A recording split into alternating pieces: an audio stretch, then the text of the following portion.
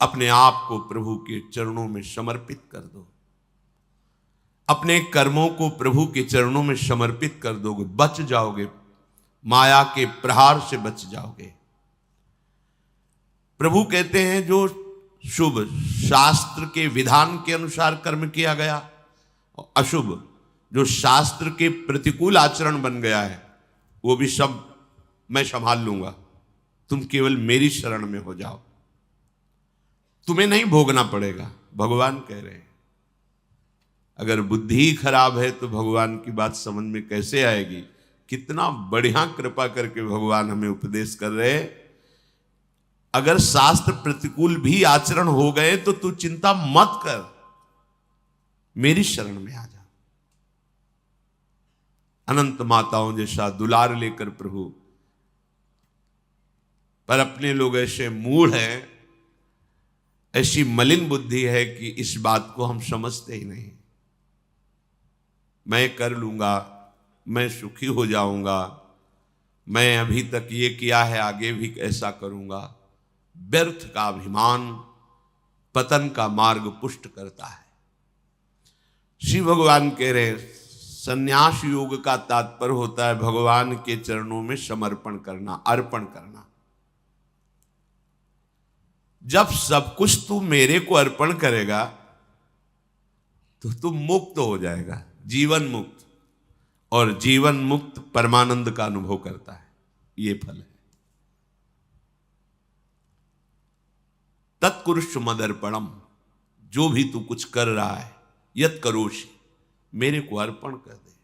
बचा रहे हैं भगवान, बच जाओ। कर्म दोष, कर्म बंधन, जन्म मृत्यु, इससे बिल्कुल बचने का उपाय भगवान बता रहे हैं। पर इतनी मलिनता है हमारी बुद्धि में कि अभी सुनेंगे फिर भूल जाएंगे। अर्पण करने की भावना ही नहीं बन पा रही। एक स्थिति आती है जिसमें अर्पण करने का भी भाव नहीं रह जाता, क्योंकि अर्पण करने वाला ही नहीं बचा तो क्या अर्पण करें। वो एक स्थिति है, इसे बुद्धिवाद से लेकर के ना चले, नहीं तो स्थिति नहीं प्राप्त होगी, केवल बातें रहेंगी। हमारी स्थिति है शरीर में, शरीर संबंधियों में, भोगों में। देख लो तो आपको अभी ये अनुभव करना चाहिए कि अभी अहंकार है, देहाभिमान है, कर्तृत्व भोक्तृत्व भाव है, तो समर्पण वृत्ति में आओ। हर कर्म प्रभु को समर्पण करो, हर क्षण प्रभु को समर्पण करो, प्रभु के आश्रित हो जाओ। श्री भगवान कह रहे हैं हमारा सबके प्रति समभाव है।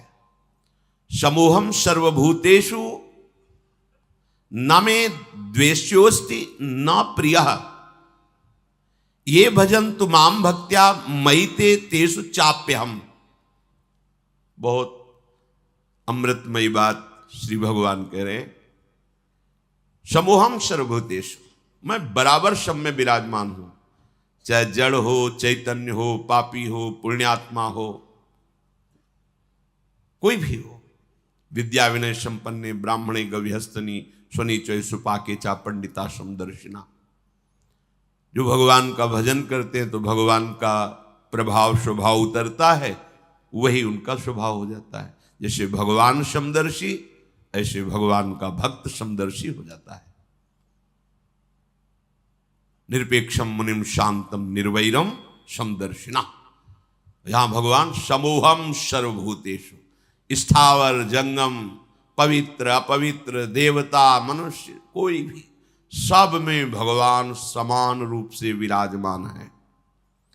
न मे द्वेष्योस्ति न प्रियः, मेरा कोई द्वेष का पात्र नहीं है और न मेरा कोई प्रिय है।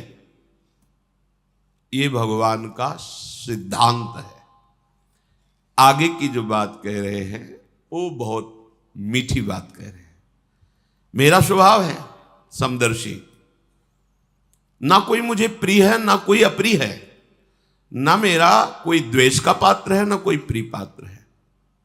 पर ये भजन तो माम भक्त्या, जो मुझे भाव से बजते हैं मैं पक्षपात ले लेता हूं उनका। ये खास बात है। बस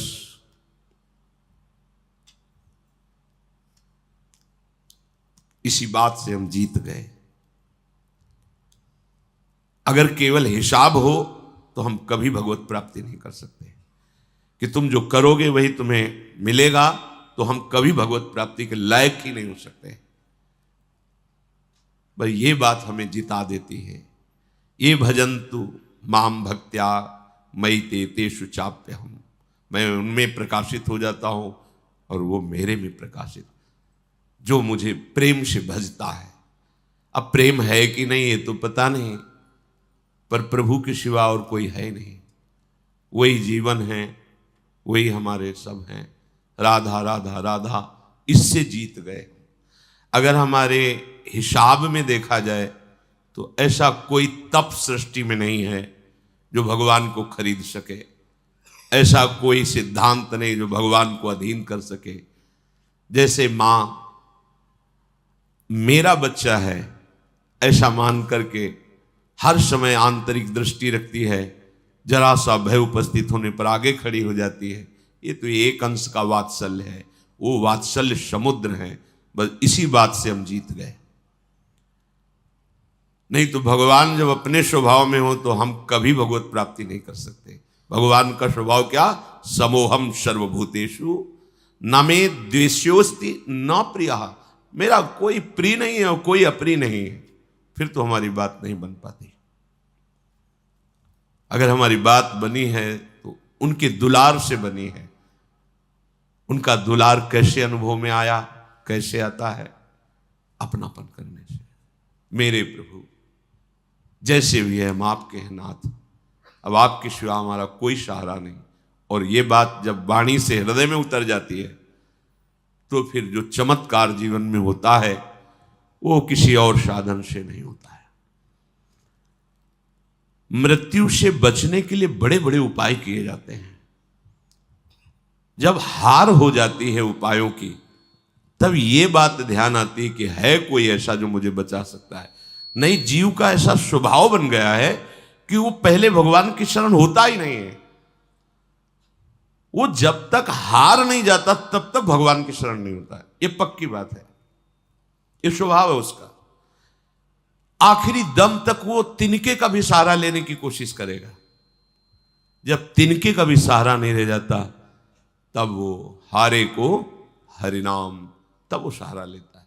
अगर पहले ही ले ले तो हारना ना पड़े, उसे विपत्तियों का सामना ना करना पड़े। एक बार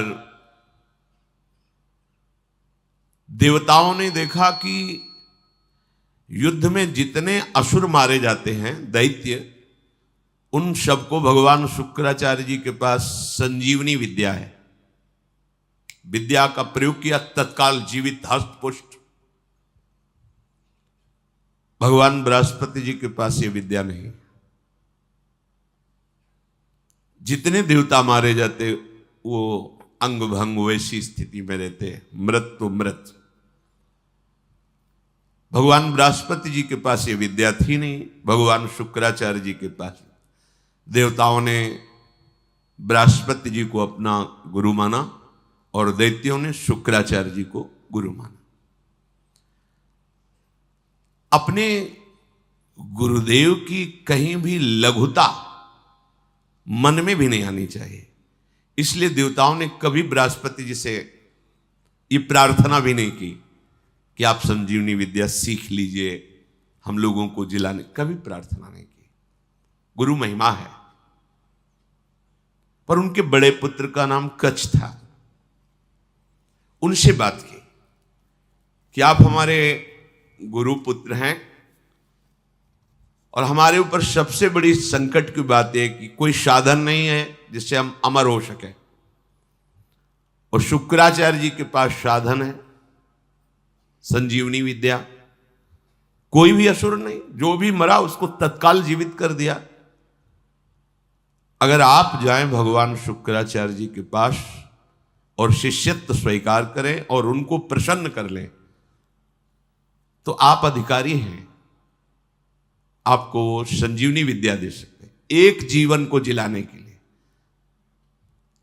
अपनी जो पराविद्या है, ये जन्म मरण का चक्र ही रोक करके श्री जी के पास प्राप्ति कराने वाली ये पराविद्या है।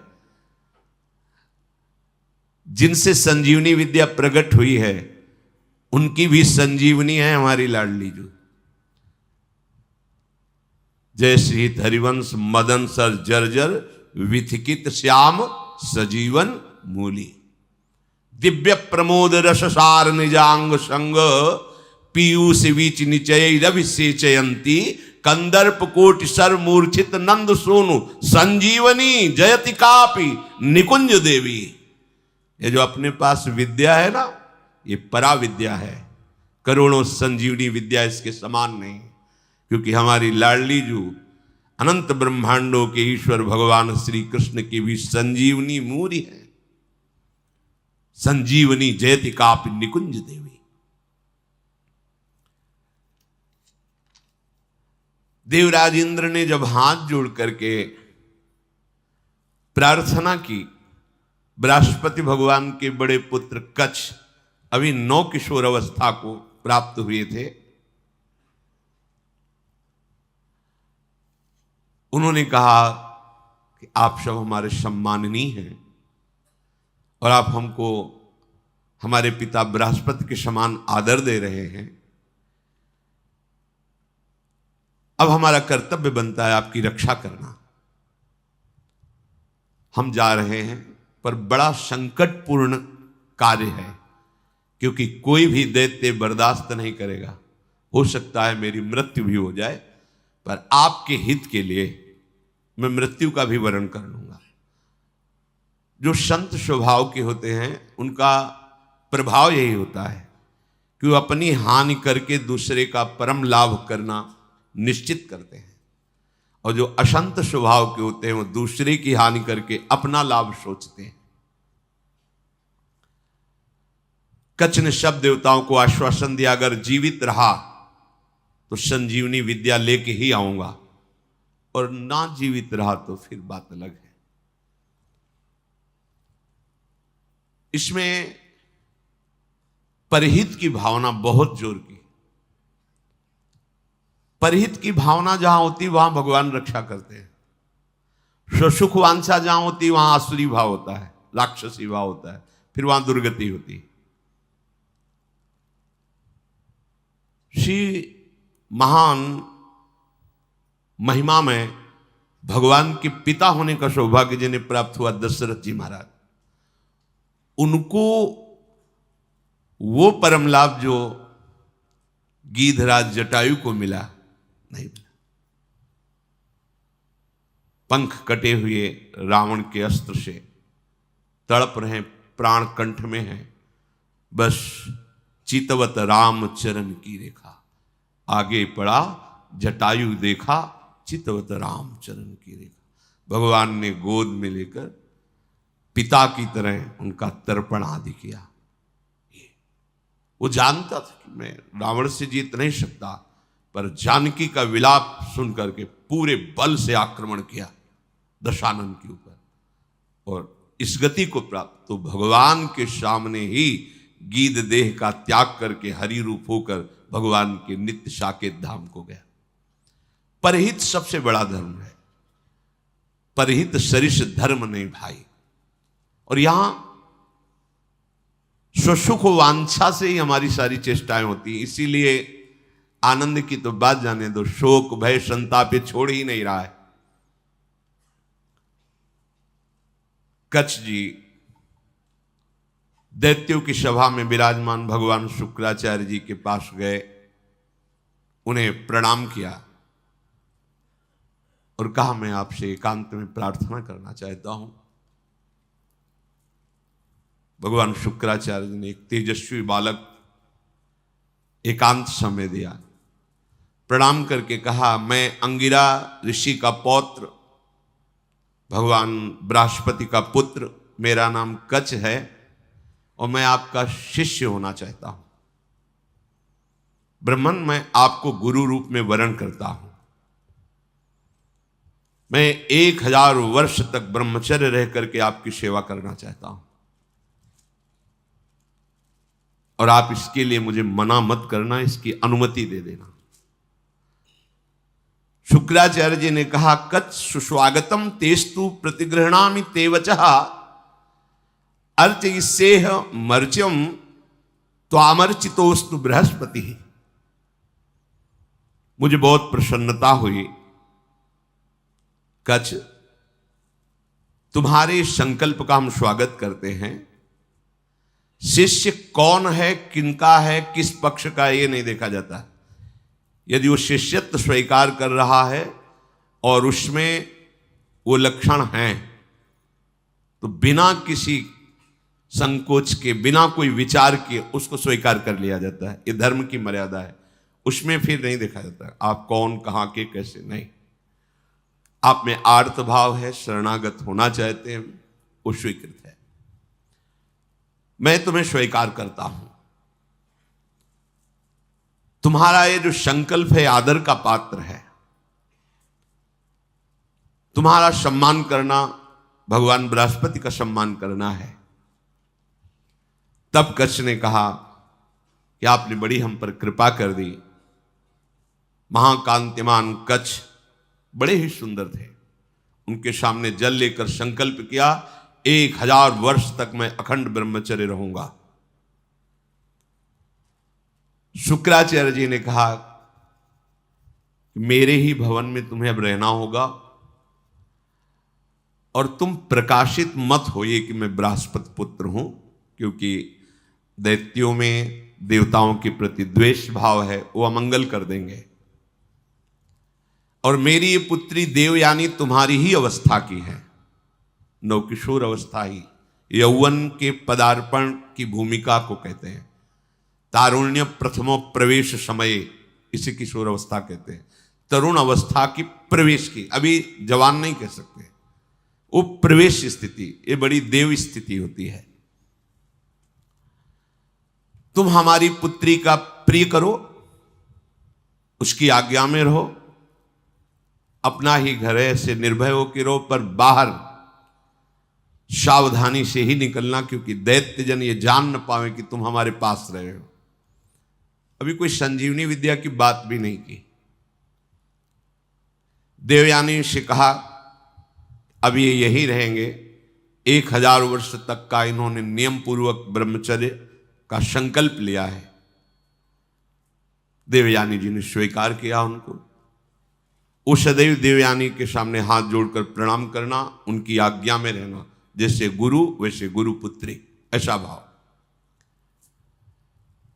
500 वर्ष व्यतीत हो गए ब्रह्मचर्य से रहते हुए और गुरु भवन में सेवा करते हुए, कोई नहीं जान पाया। एक दिन किसी गुप्तचर ने दैत्यराज को बताया कि भगवान शुक्राचार्य के घर में कोई नवकिशोर बालक बहुत ही देदीप्यमान, कांतिवान, काफी समय से रह रहा है। अब 500 वर्ष से कुछ हुआ नहीं था, इसलिए छूट भी हो गई थी। तो जो भविष्यान्नी के लिए गायें थी, उनको चराने के लिए जंगल में चले जाते। गुप्तचरों ने दैत्यों को बताया कि इस समय वो नवयुवक वन में गाय चराने गया हुआ है और एकांत प्रदेश है, और हमने पता लगाया वो युवक कोई और नहीं, बृहस्पति जी का पुत्र कच्छ है। गुप्तचर भी बड़ी विद्या से युक्त होते हैं पूरा, और मुझे लग रहा है कि ये सब एक देवताओं का प्लान है जो संजीवनी विद्या सीखने के लिए भेजा है। अब आपका क्या आदेश है? तो का आदेश क्या, उसे मार के फेंक दो, पर ऐसी सावधानी से मार करके उसे अलग अलग करो जिससे शुक्राचार्य जी जिला ना पावे। एकांत प्रदेश में वो गौएं चरा रहे थे। दैत्यों ने जाकर अस्त्र शस्त्र से उन्हें छोटे छोटे टुकड़े काट डाले कच्छ के और कुत्तों को खवा दिया। देखो, एक संजीवनी विद्या के लिए कष्ट सहना, और ये तो अंतिम है, अब संसार चक्र में ही नहीं आना। इसके लिए अगर एक बार कोई हमारे ऊपर प्रहार करे या शरीर छूट जाए तो मेरा घाटा थोड़ी है।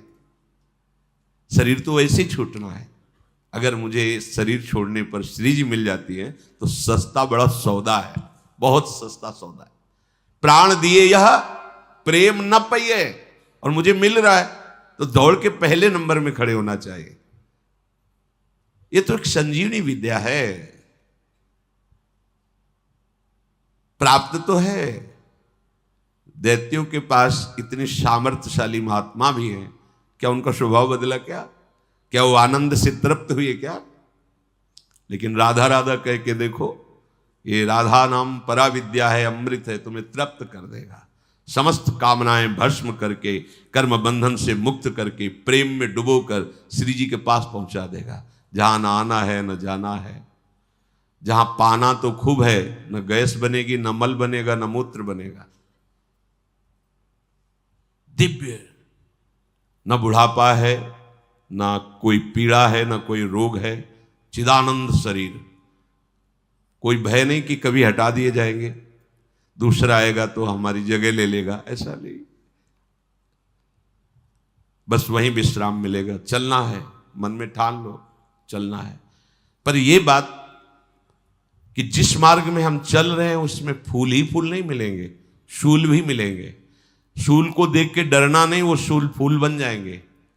पर आप सोचो कि अब हम तो भजन में चले तो सब जयमाला पहनावे हमें, और हमें प्रणाम करें, नमस्कार करें, तो भूल जाना जब आप अच्छी चढ़ाई पर चढ़ रहे होंगे तो पैर पकड़ के घसीटने वाले हजारों दौड़ पड़ेंगे, पर आपको रुकना नहीं है। बल आपका श्री जी है, इसलिए कोई घसीट नहीं सकता, पर विघ्न बाधाएं आपको घेर लेंगी। किसी उत्तम वस्तु की प्राप्ति के लिए बहुत उसे छुपा के रखा जाता है, बड़े विघ्न रखे जाते हैं जिसे कोई अधिकारी ही प्राप्त कर पावे। उनको मार दिया, कच्छ को, उनके शरीर के टुकड़े टुकड़े करके कुत्तों को खवा दिया। अब उस दिन गौवें बिना रक्षक के वापस आ गई। देवयानी जी ने देखा कि कच्छ तो आए नहीं, गौवें लौट आई।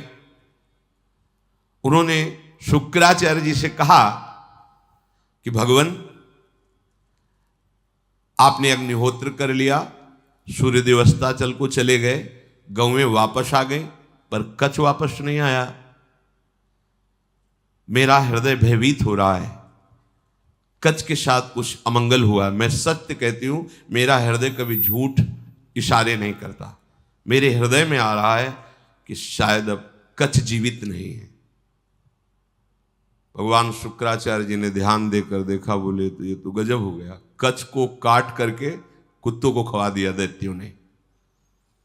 ठीक है, संजीवनी विद्या का प्रयोग किया, हर कुत्ते के पेट से फट फट करके मांस एकत्रित हुआ, कच्छ जिंदा हो गए। ये संजीवनी विद्या, विद्या का बड़ा प्रभाव होता है। इलवल और वातापी नाम के दैत्य थे ना, इसी विद्या को जानते थे, और उनको संतों से द्वेष था। जो आसुरी स्वभाव के होते, संत उनका भी मंगल करते, पर उनका द्वेष होता है, उनको सताने में अच्छा लगता है। जो सीधे धर्मात्मा संत भगवत मार्ग के पथिक, उनको संकट में डालना, उनको तड़पाना, उनको मारना, इससे उनको अच्छा लगता है। जो दैत्य राक्षसी स्वभाव के जन होते हैं, भला संत किसी से क्यों ऐसा द्वेष करेंगे कि किसी को कष्ट हो? पर देखो ना, पूज्यपाद उड़िया बाबा को काट डाला गड़ासे से, भरी स्वभाव जैसे फव्वारे जैसे निकलते ना, ऐसे खून के फव्वारे निकले। ये दैत्य स्वभाव बड़ा ही कड़ुआ स्वभाव है।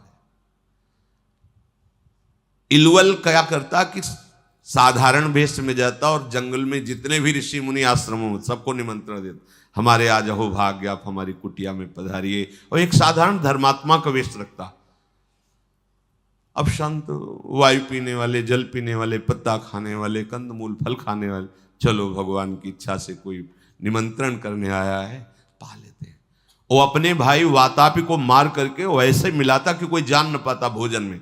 जरा जरा सब सैकड़ों ऋषियों की पंगति लगाई, सब प्रसाद पा के खड़े हुए, ताओ विद्या का प्रयोग करता, संजीवनी विद्या। वातापी फड़ाक फड़ाक सबके पेट भट जाते, और वो एकत्रित हो गए। हाँ भैया, बोले हो गए, 100 मरे, 500 मरे, उनको सुख मिलता है। अब ऋषियों की संख्या कम होने लगी तो भगवान अगस्त्य जी से कहा, जो समुद्र को पी गए थे, कि ऋषियों पर बड़ा संकट है, वो अलग अलग भेष बदल कर आता है, निमंत्रण करता है और अपने भाई को मार करके ऐसे मिला देता है कोई जान ही नहीं पाता। और जब ऋषि पा लेते हैं तो विद्या का प्रयोग करता है और सबको मार देता है, वो जीवित हो जाता है वातापी।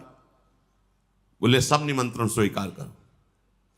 अगस्त जी बिना निमंत्रण के पहुंच गए, आगे बैठे। बोले भैया थोड़ा हम सबसे ज्यादा पाते हैं, तो पहली पंगत में मैं आगे बैठा हूं, पहले मैं पालूं फिर दूसरे को परोसा जाए। ऋषि तैयार हो ना? सब ऋषियों ने कहा हाँ। अगस्त जी ने कहा पहले मुझे परो। उसने वही प्रक्रिया की, अपने भाई वातापी को मार करे पूरा चाट चाट के सब पा गए अगस्त जी।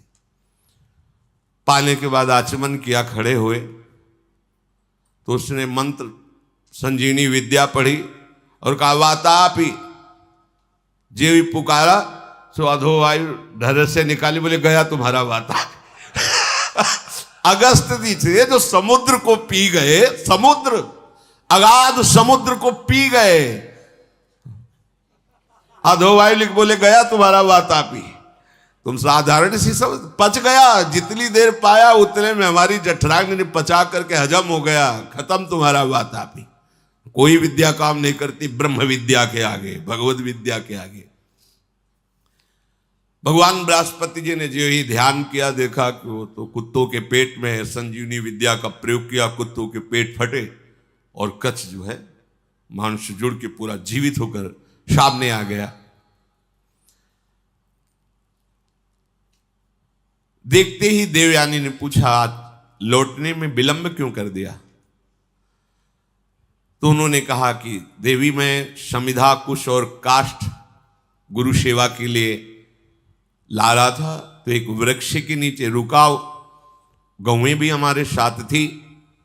वहां कुछ असुरों ने मुझे घेर लिया और पूछा तुम कौन हो? तो मैंने बता दिया मेरा नाम कच्छ, मैं बृहस्पति का पुत्र हूं और भगवान शुक्राचार्य हमारे गुरु हैं, उनकी सेवा के लिए मैं सामग्री ले जा रहा हूं।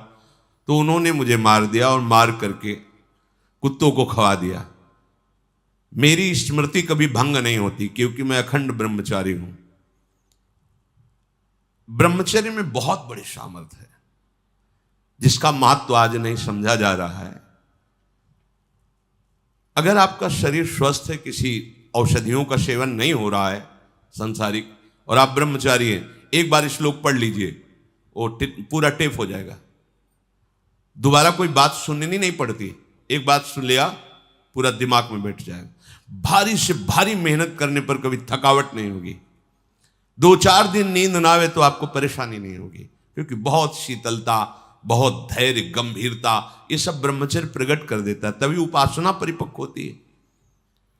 अब ब्रह्मचर्य नहीं तो स्मरण ही नहीं है, ना प्रभु का स्मरण है, ना अपने लक्ष्य का स्मरण है। जिधर जो प्रवाह हुआ उसी में बहते डोल रहे हैं।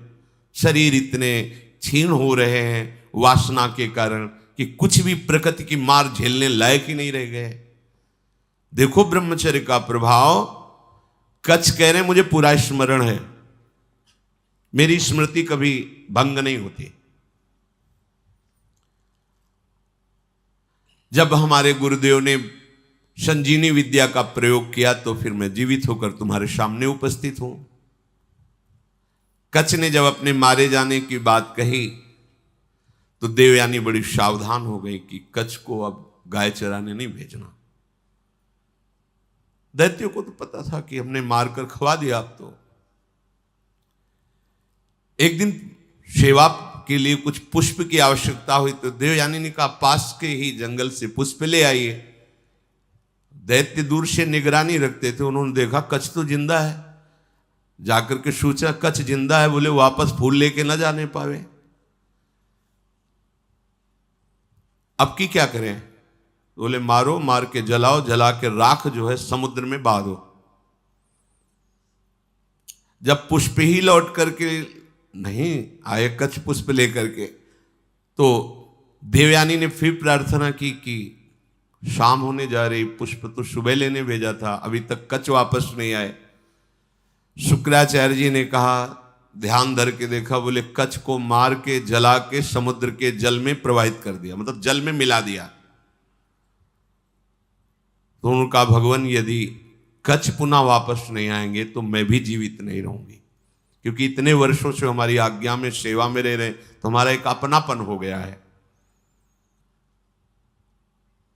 तो उनका देखो, चाहे जितनी बार जिलावें वो प्रयोग यही करेंगे, बार बार उन्हें मारेंगे। कभी ऐसा वो बुद्धिमानी से प्रयोग करेंगे कि संजीवनी विद्या का प्रयोग करने वाला ही नहीं रहेगा, इसलिए तुम भूल जाओ कच्छ को।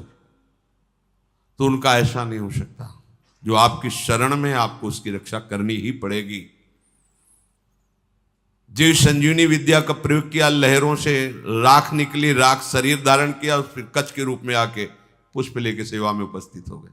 बड़ी विद्या में सामर्थ्य होती है। गुप्तचरों ने बताया कि कच्छ है अभी गुरु भवन में, मार के जला के।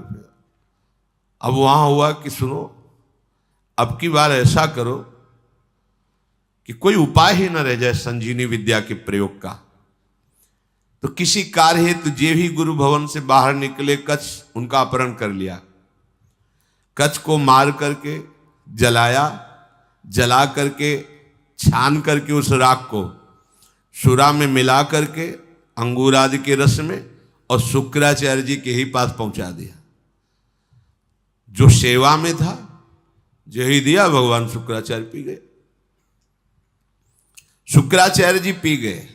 देवयानी ने कहा पूरा दिन हो गया, कच्छ के दर्शन नहीं हो रहे। अब बताया बार बार, वो अगर हम संजीवनी विद्या का प्रयोग भी करेंगे तो मार ही डालेंगे, इसलिए तुम छोड़ो, क्यों चिंता करते हो।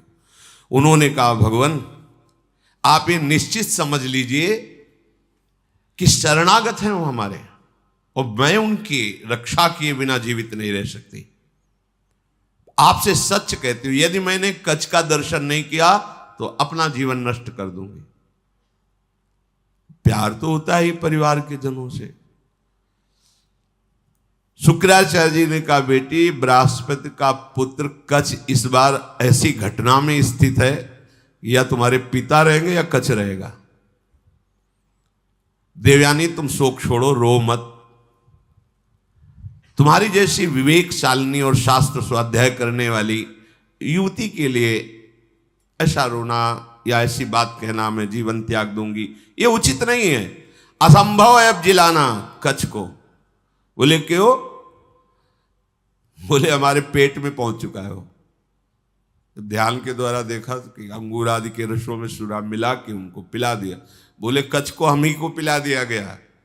ऐसे ये द्वेषी हैं दैत्यजन कि बाहर से तो पेट फाड़ के निकाल दिए सबके, सब जगह से बुला लिया। अब अगर हम विद्या का प्रयोग करते हैं तो हमारी मृत्यु हो जाएगी, क्योंकि निकलेंगे। देवयानी ने कहा कि मेरे दुख को अगर दूर करना चाहते हैं तो कच्छ को बुलाना ही पड़ेगा। तो उन्होंने कहा इसमें कोई संशय नहीं कि दैत्य लोग बहुत द्वेषी हैं। मेरे शिष्य को मार डाला है भयंकर स्वभाव वाले दैत्य। ये जानते नहीं कि मैं कितनी सामर्थ्य से युक्त हूं, फिर भी मेरे शरणागत को कष्ट दे रहे हैं, विरुद्ध आचरण कर रहे हैं। मुझे लगता है कि अब इनके परास्त होने का समय आ गया है।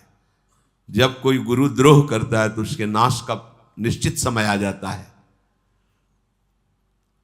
इस तरह का अपराध चाहे वो देवराज इंद्र क्यों न हो, उसको भी भयभीत करके परास्त कर देता है। जो ब्रह्मचर्य के पालन में रत है, मेरी आज्ञा में रहता है, मुझे बहुत प्रिय है, उसका कोई अहित करे तो मानो मेरा ही अहित कर रहा है।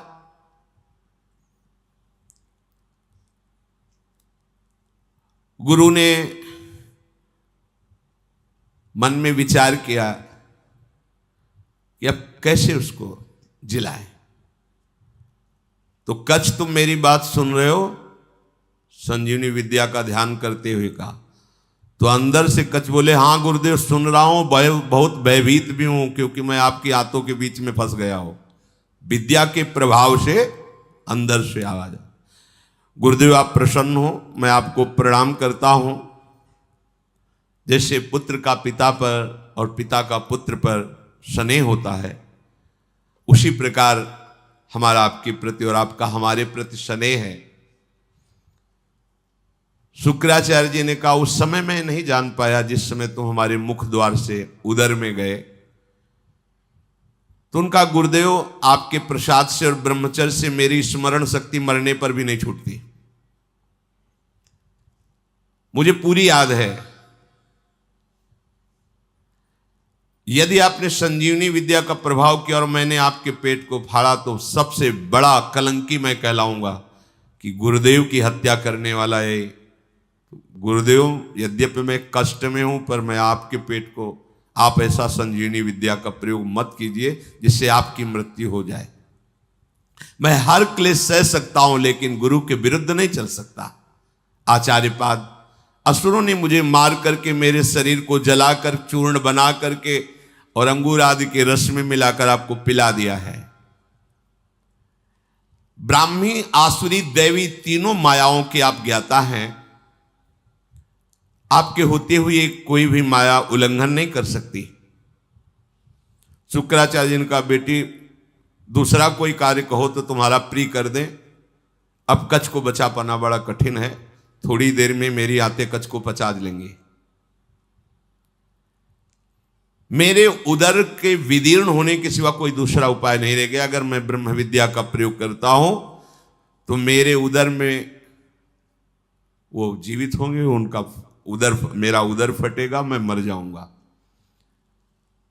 देवयानी जी ने कहा पिताजी कच्छ का नाश नहीं होना चाहिए क्योंकि आपका शरणागत शिष्य है और आपका वध होना ये मैं देख नहीं सकती, सह नहीं सकती। आप बड़े प्रवीण हैं, दोनों के बीच का रास्ता निकालिए। शुक्राचार्य जी ने कहा बृहस्पति के पुत्र कच्छ, तुम हमारी बात सुन रहे हो? देवयानी तुम पे प्रसन्न है और मैं भी तुम्हारा हित करना चाहता हूं, इसलिए तुम सुनो, मैं तुम्हें मृत संजीवनी विद्या देता हूं। आए भी इसीलिए थे, आज तक नहीं कहा था। गुरु की शरण जिस भाव से हुआ जाता है बिना मांगे वो बात पूरी हो जाती है यदि आपकी निष्ठा और भावना है। देखो ऐसी परिस्थिति दैत्यों ने प्रकट की विपरीत, लेकिन वही विपरीतता इनके लिए अनुकूलता का स्वरूप हो गई। शुक्राचार्य जी ने कहा तुम सुनो, मैं तुम्हें संजीवनी विद्या का उपदेश करता हूं। संजीवनी विद्या का उपदेश किया और कहा जब मैं अपने ऊपर प्रयोग करूंगा तो तुम बाहर निकलना, मेरा पेट फाड़ के तो मेरी मृत्यु हो जाएगी, फिर तुम संजीवनी विद्या का प्रयोग मेरे ऊपर करना जिससे मैं जीवित हो जाऊंगा। मेरे इस शरीर से जीवित निकलकर तुम मेरे वास्तविक पुत्र बन जाओगे क्योंकि मेरे उदर में रहे तुम। गुरु से विद्या प्राप्त करके सामर्थ्यशाली होने पर भी शिष्य को सदैव गुरु के प्रति दोष दृष्टि से रहित धर्मयुक्त दासता का भाव ही रखना चाहिए। तो भगवान शुक्राचार्य से संजीवनी विद्या प्राप्त करके उन्होंने कहा हाँ प्रभु मेरी स्मरण में आ गई संजीवनी विद्या। जे ही प्रयोग किया संजीवनी, शुक्राचार्य जी का पेट फटा और कच्छ बाहर निकले। बड़ा ही तेजस्वी स्वरूप संजीवनी विद्या प्राप्त करने के बाद और हो गया कच्छ का, मानो मूर्तिमान वेद रूप धारण करके आ गए हो। शुक्राचार्य गुरुदेव को भूमि में मृत पड़ा देख करके उन्होंने अपनी गुरु विद्या संजीवनी का प्रयोग किया। जे ही प्रयोग किया ते ही उठ खड़े हुए भगवान शुक्राचार्य, साष्टांग प्रणाम किया। गुरुदेव मैं विद्या से शून्य था, उस दशा में आपने मेरा पालन पोषण किया और अत्यंत दुर्लभ मृत संजीवनी विद्या दी जो अमृत धारा है। कोई भी महात्मा ऐसा कैसे हो सकता है कि अपने ऐसे उपकार करने वाले गुरुदेव को कभी भी दुखी कर सके। आप ही मेरे माँ हो, आप ही मेरे पिता हो। हे गुरुदेव, हम जिस कार्य के लिए आए थे वो कार्य पूर्ण हुआ, पर मैं सदैव आपका हूं, आपका दास हूं। जब जैसी आज्ञा आप हमें जरूर दीजिएगा। गुरु की कृपा के बिना कोई भी विद्या सिद्ध नहीं होती। जो गुरुदेव से विद्या प्राप्त करके गुरुदेव की अवहेलना कर देता है, उसे प्रतिष्ठा रहित पाप पूर्ण नरकों की प्राप्ति होती है। कोई भी मंद बुद्धि अज्ञान से युक्त होकर के कभी यदि अपने गुरुदेव का अपमान कर दे तो धर्म भ्रष्ट हो जाएगा, उसे ब्रह्म हत्या का पाप लगता है। इस लोक परलोक में दोनों में उसकी निंदा होती है।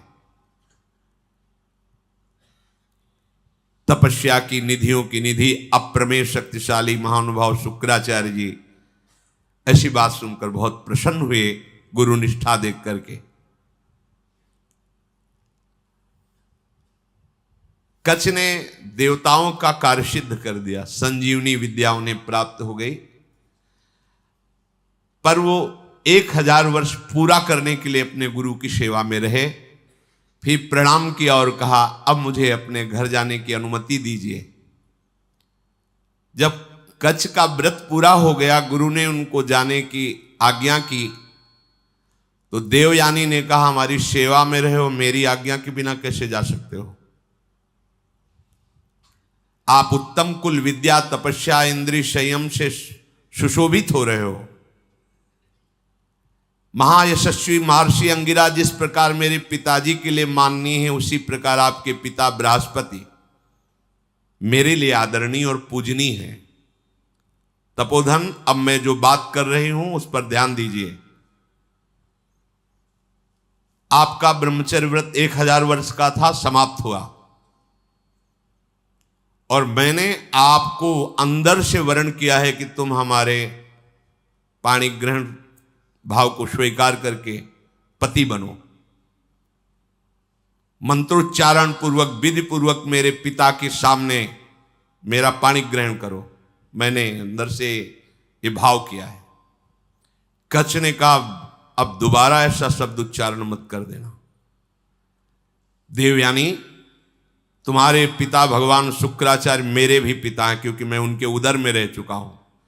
क्या कभी भाई अपने बहन के प्रति ऐसा भाव कर सकता है? तुम हमारी परम पूजनीय हो, ऐसे शब्द उच्चारण मत करना।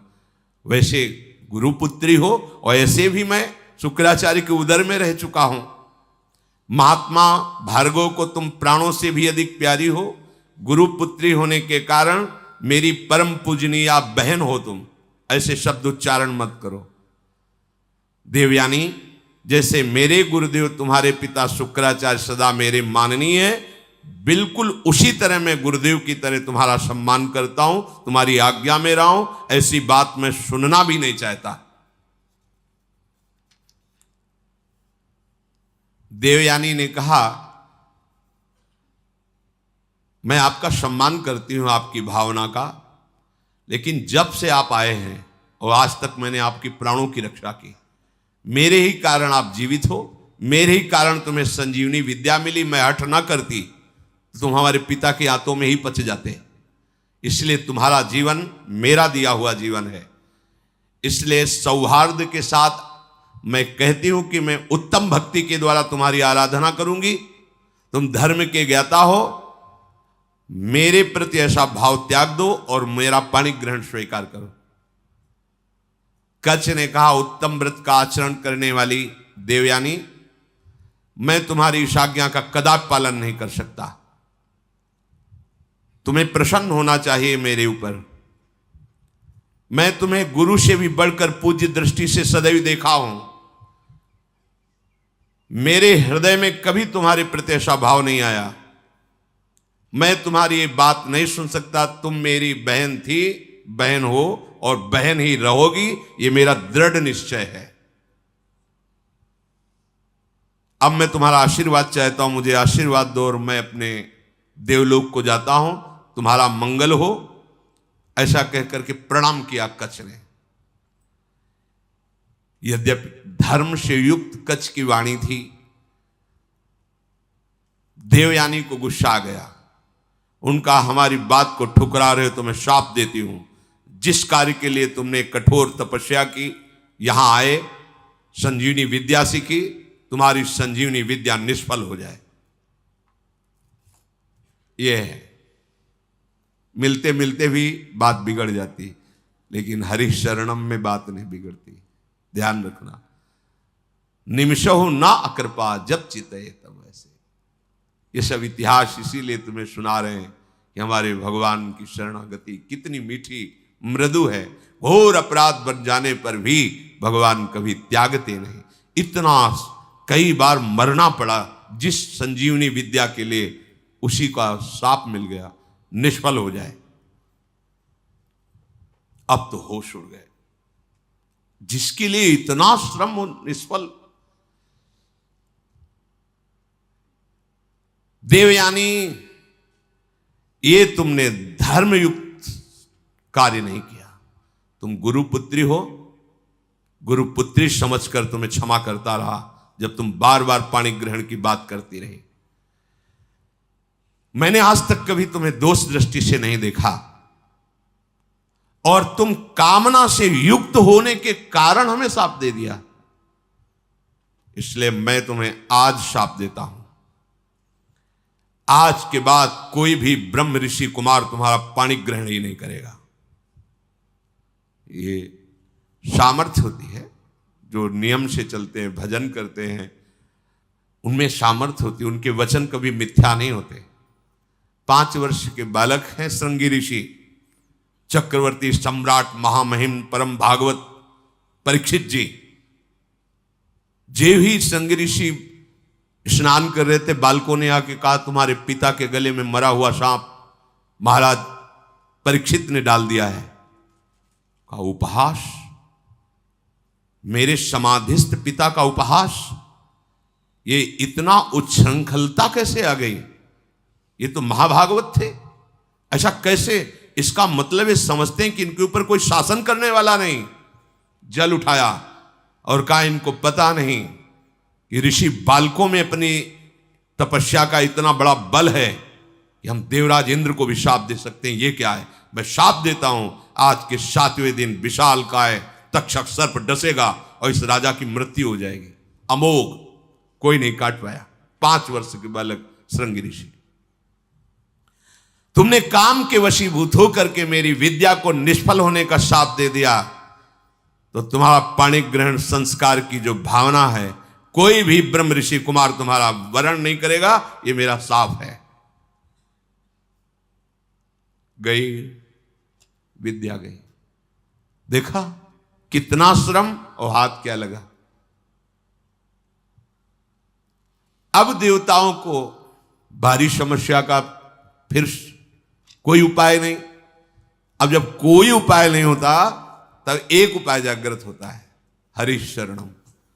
सब देवताओं ने भगवान को पुकारा, क्योंकि दैत्य बल से भी आसुरी स्वभाव में, और गुरु का इतना बड़ा प्रताप, संजीवनी विद्या संपन्न गुरु, कोई उपाय नहीं कि बचने का।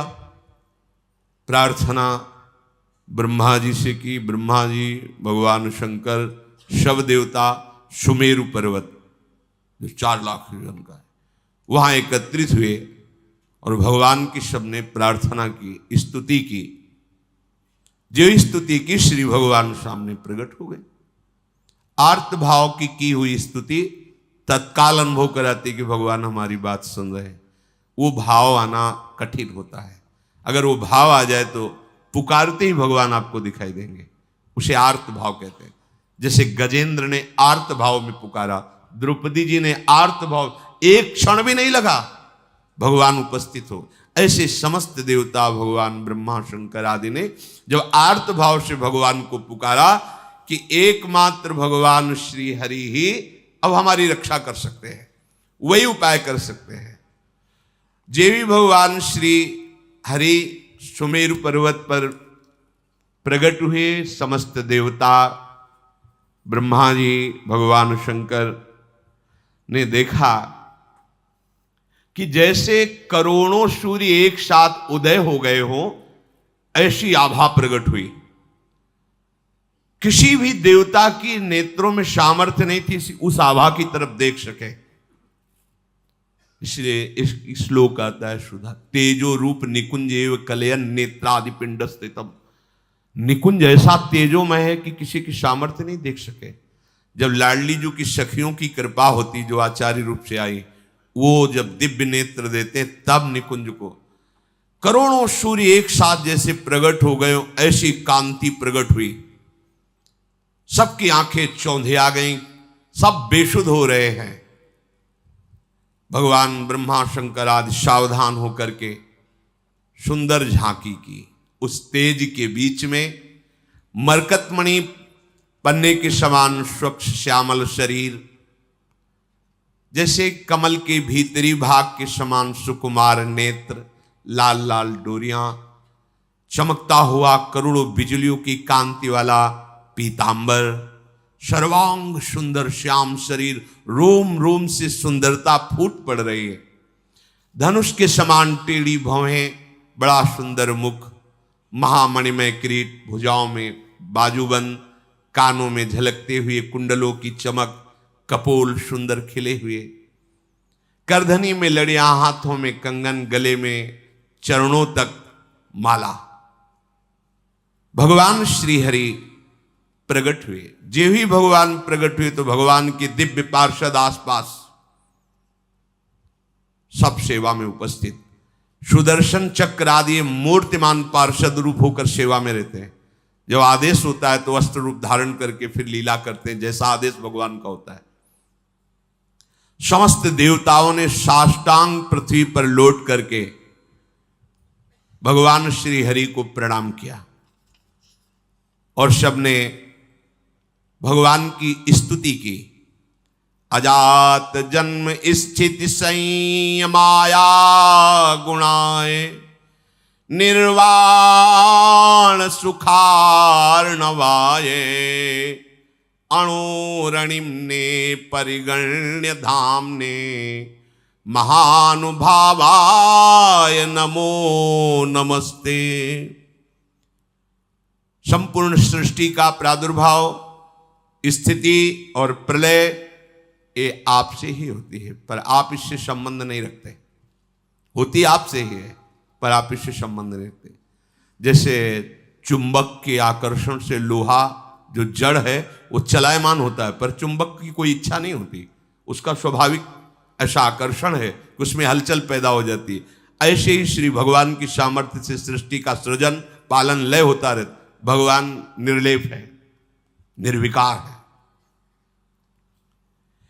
प्राकृत गुणों से रहित एवं मोक्ष स्वरूप परमानंद के महान समुद्र, सूक्ष्म से भी सूक्ष्म और महान से भी महान, हे परमेश्वरशाली प्रभु श्री हरि, हम आपको बार बार नमस्कार करते हैं। समस्त देवताओं ने भगवान की स्तुति की और कहा, प्रभु आप ही हमारे रक्षक हैं। जब कोई विशेष संकट पड़ता है तब आप हमारी रक्षा करते हैं। ब्रह्मादि देवताओं ने स्तुति करके मौन होकर हाथ जोड़कर खड़े हो गए। यह स्वभाव है क्या, जब हार जाता है तब याद आती भगवान की। ये सबका स्वभाव, पहले ही भगवान की याद कर लो। पर वो जब किसी ऐसी विपत्ति में फंसता है कि कोई सहयोगी नहीं होता, तब भगवान की याद आती है। सब हाथ जोड़कर खड़े हो गए।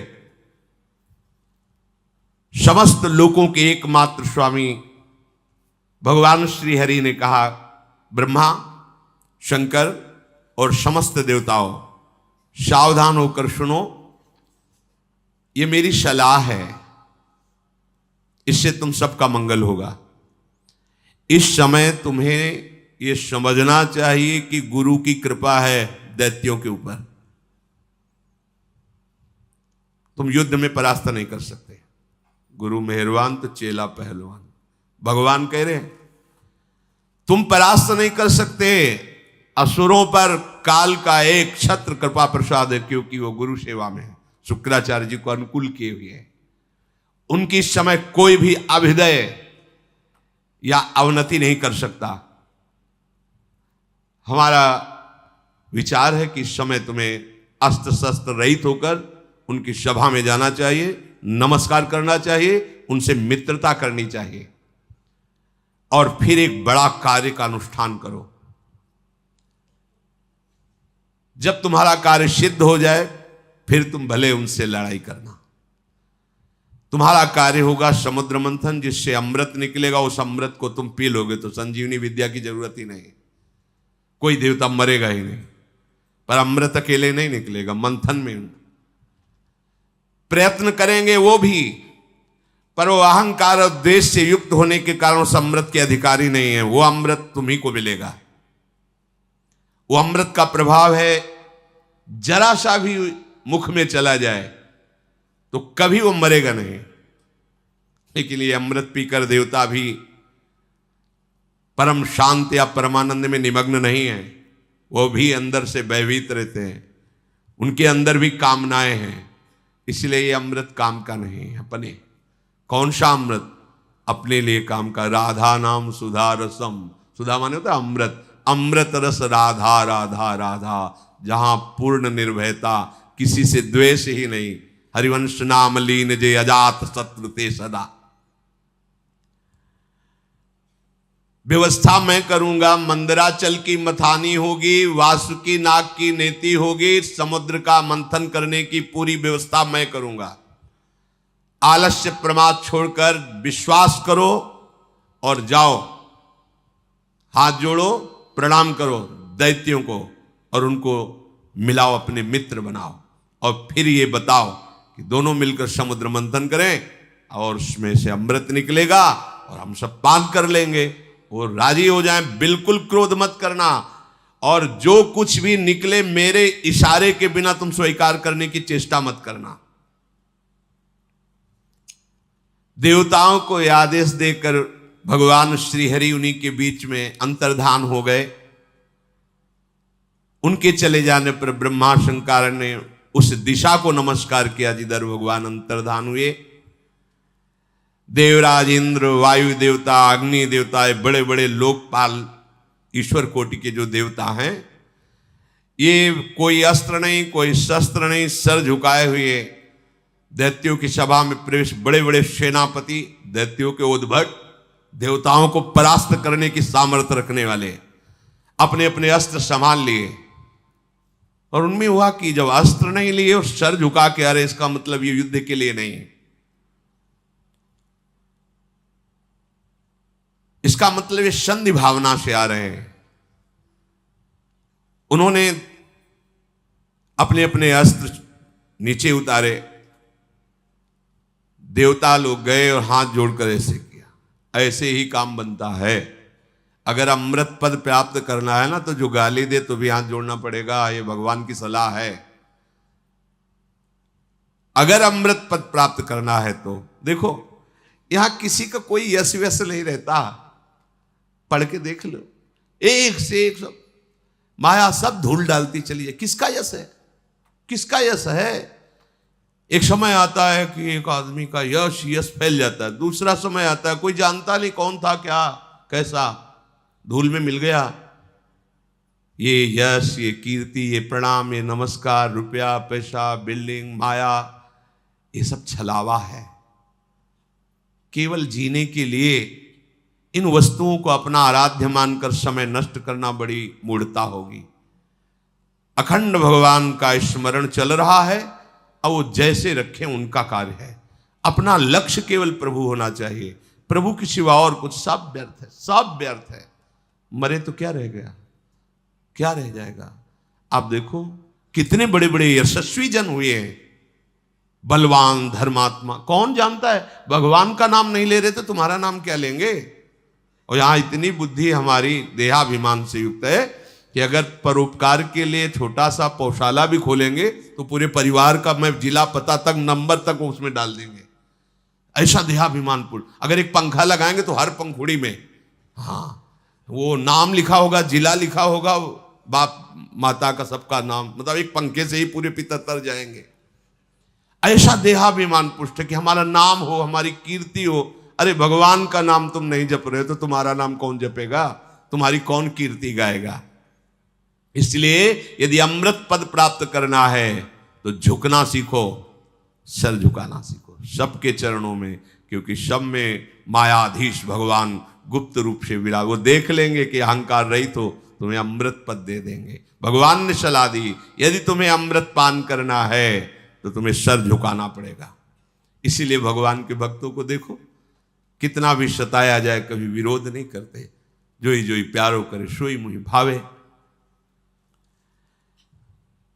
समस्त संपत्तियों से सेवित, असुर सेनापतियों से सुरक्षित उस सभा में देवताओं ने कहा कि हमारे मन में एक विचार आया है, क्या आप लोग सहयोग करेंगे? हम दोनों मिलकर के यदि समुद्र मंथन करें और उससे अमृत निकलेगा, पक्का निकलेगा, हमें विश्वास है, क्योंकि भगवान ने बताया था। अगर आपको जचे तो आप स्वीकृति दे दो, तो उपाय किया जाए अमृत मंथन का।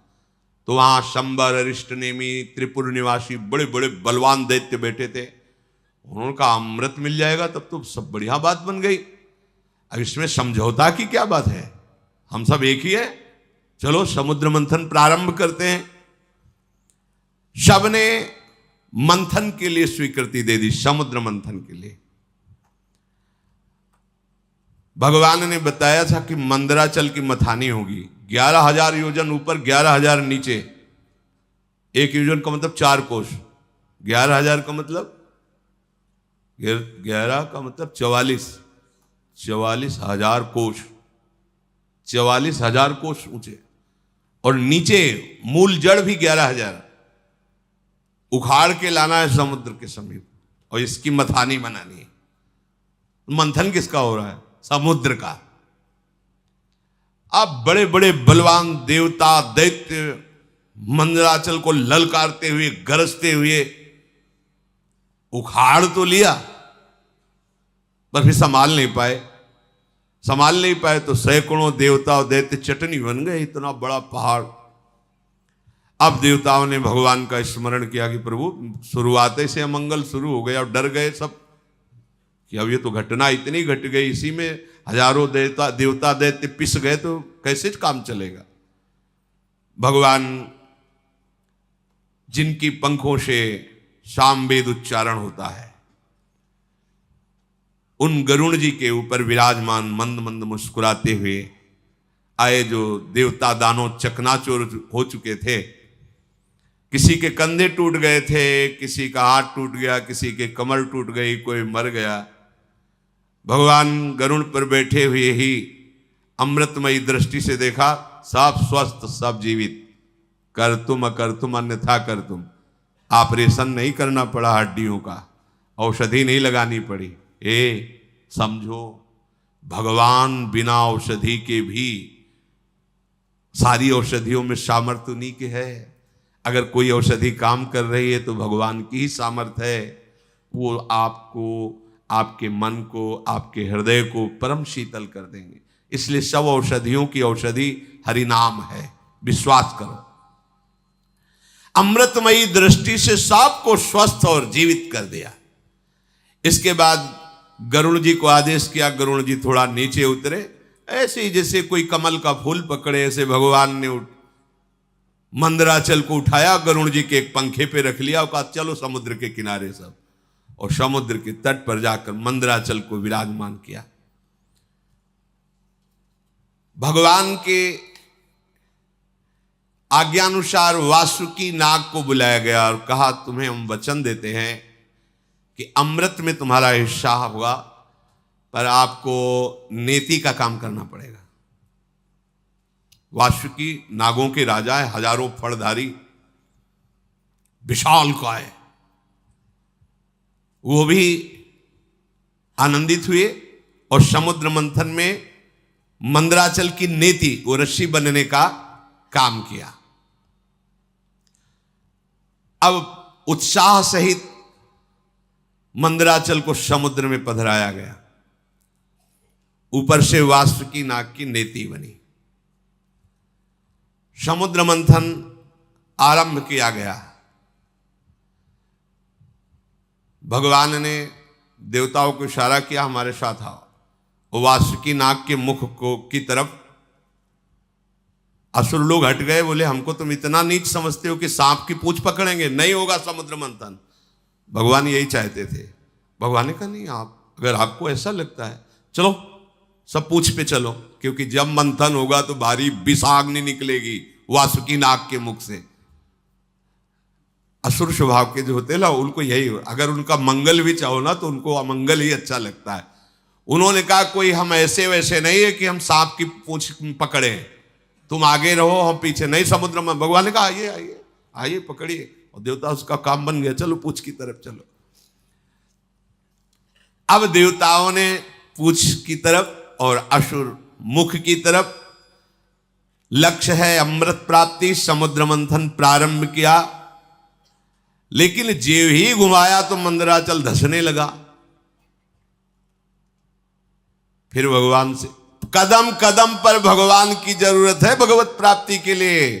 चाहे जितने बड़े तपस्वी, साधना, ज्ञानी, बैरागी कोई भी हो, बिना भगवान के, चाहे उन्हें गुरुदेव भगवान बोलो चाहे भगवान बोलो, बातें उनके बिना कृपा प्रसाद के, ये तो अमृत है सृष्टि का, वो तो ज्ञानामृत है, प्रेमामृत है, उसकी प्राप्ति कैसे हो सकती? सब कुछ ठीक, मंथन प्रारंभ, मंदराचल धसने लगा। अगाध समुद्र, भगवान का चिंतन किया, भगवान की प्रार्थना की कि प्रभु कृपा करके अब तो सहयोग करो, नहीं तो सब किया कराया। सबके मुंह में उदासी छा गई। भगवान ने तुरंत एक विशालकाय कच्छप का रूप धारण किया। सत्य संकल्प भगवान की इच्छा करते ही 1,00,000 योजन की पीठ है जिनकी, 4,00,000 कोस तक कच्छपावतार भगवान का, 1,00,000 योजन की फैली, 1,00,000 योजन प्रस्तारिणा द्वीप युवा परो महान, मानो कोई बहुत बड़ा द्वीप प्रकट, 4,00,000 कोस, 1,00,000 योजन, 4,00,000 कोस भगवान की पीठ थी, कच्छप भगवान। सबके देखते देखते मंदराचल के नीचे चले गए। मंदराचल से मानो जैसे पीठ में कोई खुजली करे, ऐसे कच्छप भगवान को खुजली सी लगी, आराम करने लगे। मंदराचल की अब तह मिल गए, कच्छप भगवान की पीठ पर मंदराचल। अब तो मंदराचल को घुमाना प्रारंभ किया गया। समुद्र मंथन संपन्न करने के लिए असुरों में भगवान आसुरी शक्ति के रूप में, देवताओं में दैवी शक्ति के रूप में, वासुकी नाग में निद्रा के रूप में, नीचे कच्छप के रूप में, ऊपर सहस्त्रावाव रूप रख करके पकड़े हुए सबसे ऊपर चोटी पे, ये किसी को पता नहीं। पूरा का पूरा मंथन भगवान ही से हो रहा है। इसीलिए कहते हैं अहंकार मत करो, साधना तुमसे नहीं मेरी, भगवान करा रहे हैं। बात को समझो। लग रहा है कि देवता और दैत्य कर रहे हैं, शुरू से अभी तक देख लो, सलाह देने वाले, मार्ग बताने वाले, व्यवस्था करने वाले, और फिर अमृत का हरण भी होगा तो वो भी छुटा के तुम्हें पिलाने वाले। अगर भगवान श्री हरि का आश्रय नहीं लिए तो ये तो प्रकृति के मंथन से, प्राकृतिक ही तो है समुद्र, और यहां ज्ञान समुद्र के मंथन से प्रेमामृत का पान करना है। इनमें बिना जगत गुरु श्री कृष्ण के कौन विजय प्राप्त कर सकता है? बोले इसमें गुरु की क्या आवश्यकता है? तो चल के देख लो, मिल ही जाए तो बता देना आके। आज तक किसी को मिला हो, इतिहास साक्षी हो तो बता देना। बिना गुरु का आश्रय लिए, और वो गुरु भगवान ही है। भगवान गुरु, गुरु भगवान। अब समुद्र मंथन बड़ी दृढ़ता से प्रारंभ हुआ। जेवी समुद्र मंथन प्रारंभ हुआ, वासुकी नाग के मुख से विष उगलना प्रारंभ। आप देवता सुरक्षित है पूंछ की तरफ, दैत्य झुलस रहे हैं। देवताओं की तरफ देख रहे हैं तो हल्की हल्की फुहारें आ रही हैं, शीतल। क्यों? भगवान के जिस पक्ष में है उनके पक्ष में हो ना, तो वहीं विष की ज्वाला और वहीं शीतल फुहारें।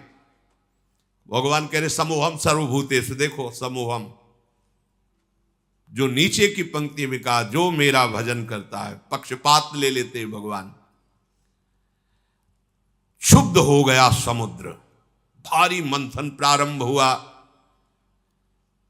ऐसी विष के धुएं निकलने लगे, व्याकुलता बढ़ गई।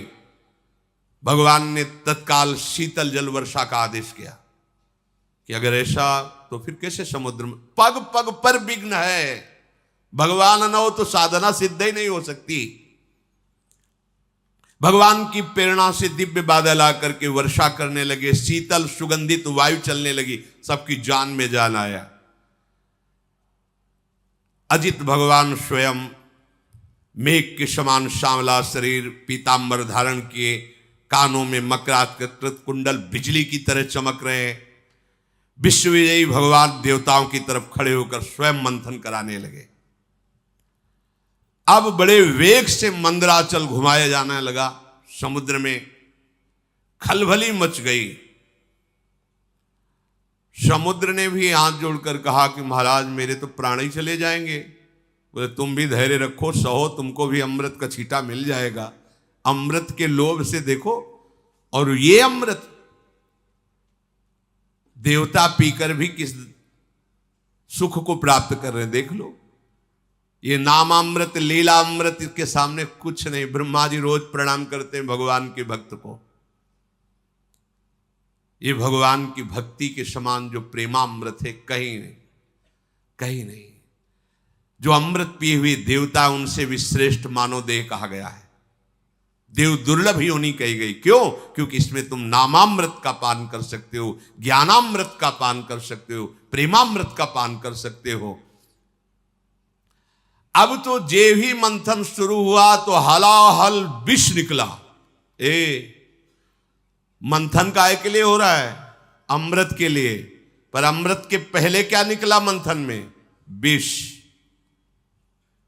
इस विष को केवल शिव पचा सकते हैं, शिव, दूसरा नहीं। क्या विष है? कहते जब पहले भजन नहीं करते थे बड़ी शांति लगती, जब से भजन शुरू किया गंदी गंदी बातें आ रही, काम आ रहा, क्रोध आ रहा। अब मंथन शुरू तो विष आएगा नहीं। शिव, तुम्हारा संबंध नहीं है अंतःकरण धर्म से, ये ज्ञान ही शिव है। वंदे बोधमयम नित्यम। बोध माने ज्ञान। जो ज्ञान स्वरूप है वही इस विष को पचा सकता है। नहीं पचाना मुश्किल है, हार जाओगे, भाग जाना पड़ेगा, आप टूट जाओगे। नहीं, ज्ञान के द्वारा, विवेक के द्वारा। अगर इस विष को न पचाया होता तो संतों ने अमृत पान न किया होता। हलाहल नामक इतना वो जहरीला कि उसके जो फूहे उड़ रहे थे, आसपास का सब वन भस्म हो गया। अब देवता दैत्य सब के प्राण व्याकुल हो गए केवल उसकी भाप से जो जहर निकला। भगवान ने कहा कि चलो सब कैलाशपति का स्मरण करो। देवाधिदेव महादेव भगवान शंकर ही बचा सकते हैं। भगवान सदाशिव को पुकारा, अंबा के साथ भगवान प्रकट हुए। ऋषि मुनि देवता दैत्य सब प्रणाम करके प्रार्थना कर रहे। तीनों लोकों का अभ्युदय और मोक्ष जिन ऋषियों ने संकल्प करके कि सबका मंगल हो, वो सब ऋषि भी आ गए और स्तुति करने लगे भगवान शंकर की। देव देव महादेव भूतात्मन भूत भावन त्राहिनः शरणापन्नास त्रैलोक्य दहनाद विषाद। हे देवताओं के भी आराध्य देव, देवाधिदेव महादेव, अब आप ही समस्त प्राणियों की रक्षा कर सकते हो। हम सब आपकी शरण में आए हैं। ये त्रिलोकी को भस्म कर देगा विष। अगर इस विष को नहीं पचाओगे तो स्थूल सूक्ष्म कारण तीनों इस विष से व्याप्त हो जाएंगे। जिस काम के लिए ये मंथन शुरू हुआ था साधना का, वो काम पूरा नहीं हो पाएगा। इस विष को पचाना ही होगा, शिव रूप होकर, जीव रूप होकर नहीं। देहाभिमानी जीव, अंतःकरण धर्म का दृष्टा शिव। अंतःकरण पर काम आदि का वेग आ रहा है, ना कि मेरे में। अगर ये ज्ञान नहीं रखोगे, हमारा मन ऐसा, हमारा मन ऐसा, ढो मन की सारी बातें, उसी में फंसे रहो। मन थोड़ी तुम हो, अंतःकरण में स्फुरित हो रहा, तुम उसको देख रहे हो।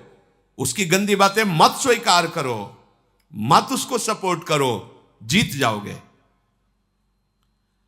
इस त्रिलोकी को भस्म करने वाले उग्र विष से आप हमारी रक्षा कीजिए। भगवान शंकर से जब स्तुति की समस्त लोकपालों ने, प्रजा का संकट देखकर अकारण करुणा करने वाले भगवान शंकर ने अपनी प्रिया अम्बा सती जी से कहा, देवी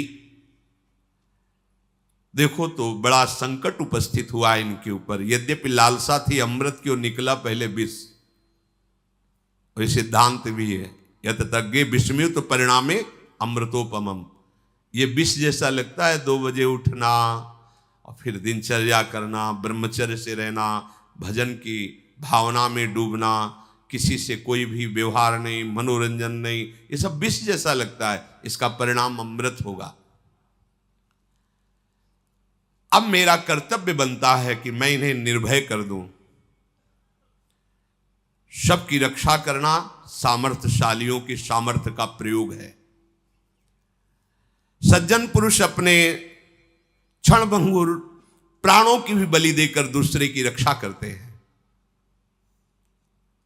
देखो, कोई भी कार्य करने के पहले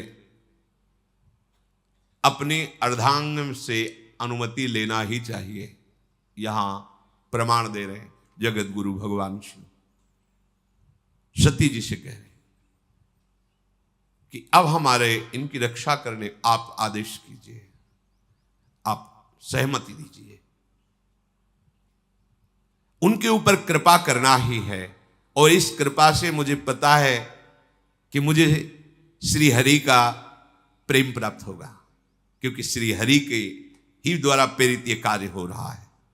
चराचर जगत में जब श्री हरि प्रसन्न हो जाते हैं तो फिर उसको और कुछ प्रसन्न करना बाकी नहीं रहता किसी के लिए। मैं इस विष का भक्षण करूंगा। विश्व के दाता, जीवन दाता भगवान शंकर जब सती जी से ऐसा कहा तो सती देवी ने उस प्रस्ताव को पास किया। हाँ ठीक है भगवान, आप जगत अम्बा है ना, जगत मंगल के लिए, और अपने प्रभु का वो सामर्थ्य भी जानती है। भगवान ने उस विष को आकर्षण किया खप्पर में, पूरा विष, और भगवान शिव उस हथेली के पात्र में रखकर विष को पान कर गए। बड़ा प्रभावशाली था, इसलिए हृदय में नहीं जाने दिया, बाहर नहीं रहने दिया, यही गले में रोक लिया। हलाहल विष उसने प्रभाव दिखाया, पूरा कंठ श्याम वर्ण का हो गया। इसलिए भगवान शिव का एक नाम नीलकंठ भी है। जिस समय भगवान शिव वो विष पी रहे थे तो उससे एक छोटा सा एक विष की बूंद गिरी, उसी से जितनी जहरीली औषधियां, जहर और सर्प बिच्छू आदि जो जहरीले जंतु, उसी जहर से हुआ। अगर पूरा जहर होता तो क्या होता, सब भस्म हो जाता त्रिभुवन। भगवान शिव ने उसे गले में रोक लिया। फिर मंथन प्रारंभ हुआ, आगे की चर्चा है। ये समुद्र मंथन है, बिना हृदय मंथन किए भगवत प्राप्ति के अमृत पद को कोई प्राप्त नहीं करता। एक संजीवनी विद्या के लिए उन्होंने जीवन को दांव में लगा दिया। एक अमृत प्राप्ति के लिए जो लोकवत है, देखो कैसा, आप भगवदामृत पान करने के लिए कितने मजबूत होने चाहिए।